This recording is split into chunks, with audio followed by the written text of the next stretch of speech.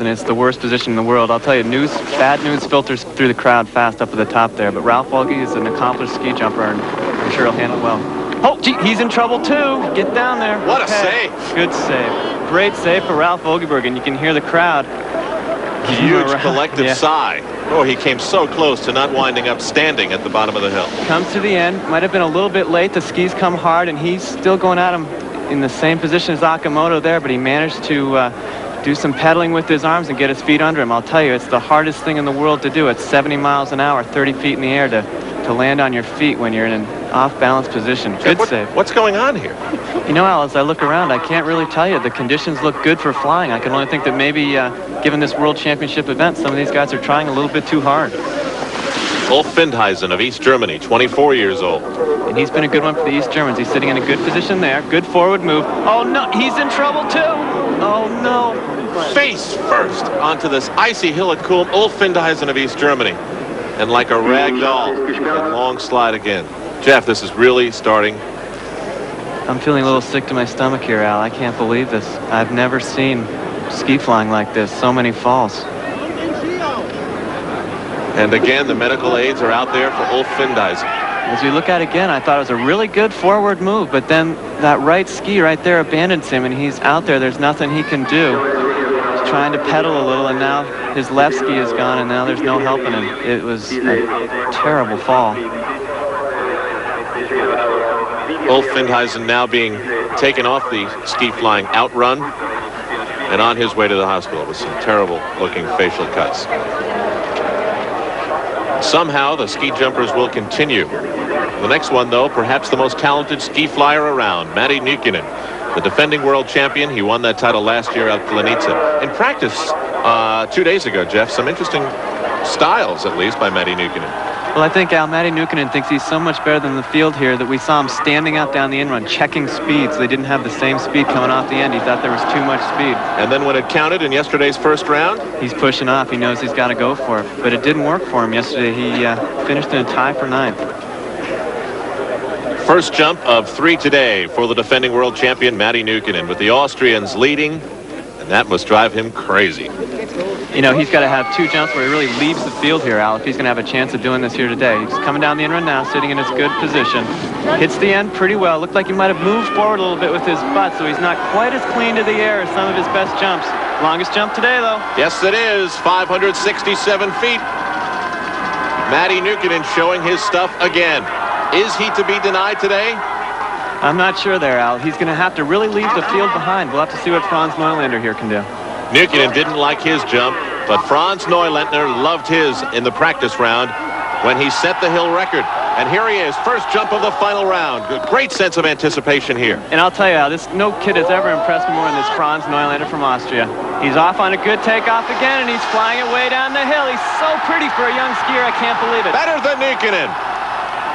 Better than Matti Nykänen. 571 feet. And the Austrian crowd knows it. Look at Franz. And sitting at the top of the mountain is his teammate, Andreas Felder. He has heard those echoing cheers from the bottom of the hill, the leader after the first round. And let's see what he can do. He knows the speed is right. There's good conditions on the hill. There have been some long jumps. Hits the end pretty well. Has some problems with his skis. They're floundering around on him. It's a good jump, but it's not going to win this thing. 528 feet for Andreas Felder, and now the pressure really grows because remember, you get 3 jumps. A rather nervous jump. Well, Rolf is about to have another crack at it, and as you're about to see, he has every reason to be a little nervous again. At the ski flying hill known as Kulm in Bad Mittendorf, Austria, the 9th Ski Flying World Championship continuing, moving to the second jump of the 3 we will see today in the final round. The ski flyers keeping their best 2 from yesterday and likewise today. Here's Ralf Agerberg of Norway, who certainly gave us a scary moment when he almost fell before. And I'll tell you, Al, I don't even know why he's out there. He's not in a position to win this thing anymore. He's just had a really scary jump. I'd be hanging him up, but here he comes. Good forward move. Now he's in trouble. G2.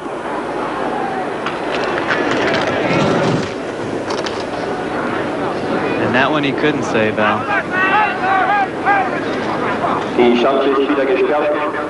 And for the 3rd time today, medical aids are out there. Jeff, we talk about fear and why the ski flyers are scared. I'm really starting to ask why we're here and why they're doing it.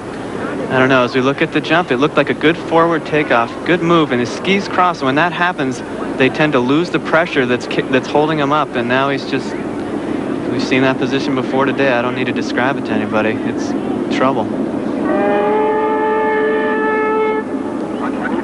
Tremendous impact on the mountain and maybe something worse. Watch this ski. Oh. Looks like it got him right in the eye out.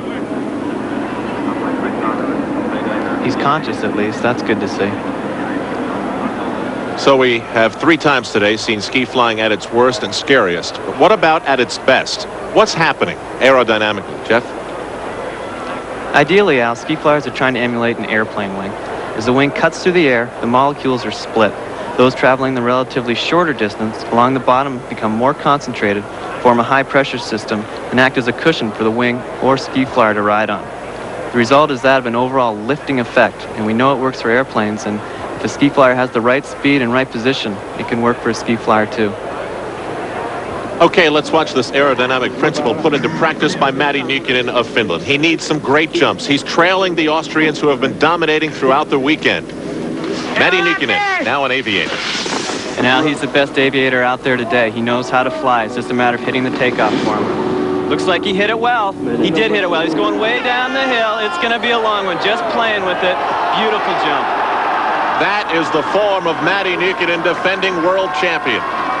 606 feet, Jeff. You can almost see him riding on that cushion of air you were talking about. He was definitely riding on it. Look at that. He's happy. You don't see Matti that animated very much. He thinks that's a great jump. Playing with the crowd. Yeah, I'll say. Jeff, what about his style sets him apart from the crowd so often? Well, as you see here, he does ski a little crooked in the air with the skis off to one side. He's skied like that ever since he was a junior when he burst onto the scene in 1981, and I don't think anyone's going to tell him to change anything, especially with jumps like this. Just a great jump. You know, though, it looks like he backed out a little bit early. I think he had more in that jump if he wanted to. You can see he just kind of eased off his flight and set it down. I think that he thinks 606 feet is going to be enough to win the round and maybe even the whole world championship. Of course, this huge crowd respects Nykänen, but they love Franz Neulentner of Austria. And right now, he looks like the leader, although we don't know which 2 of the 3 final jumps he will keep until the day is finished. But right now, he looks like the pace setter. And Al, he's such a cool competitor. He continues to amaze me at only 20 years old. Sitting well here, good forward move. He's off into the air. It's going to be another long jump. Playing with the air, just floating it down. He just took a lot of wind out of Matti Nykkänen's sails. Matti had to really win the round by a lot, but Franz was right on his tails there. Very close, Jeff. That's true. 587 feet, but Neulentner will not know if it's good enough until the day is over. Here is Andreas Felder. Well, he has been exciting for the Austrian to watch, too.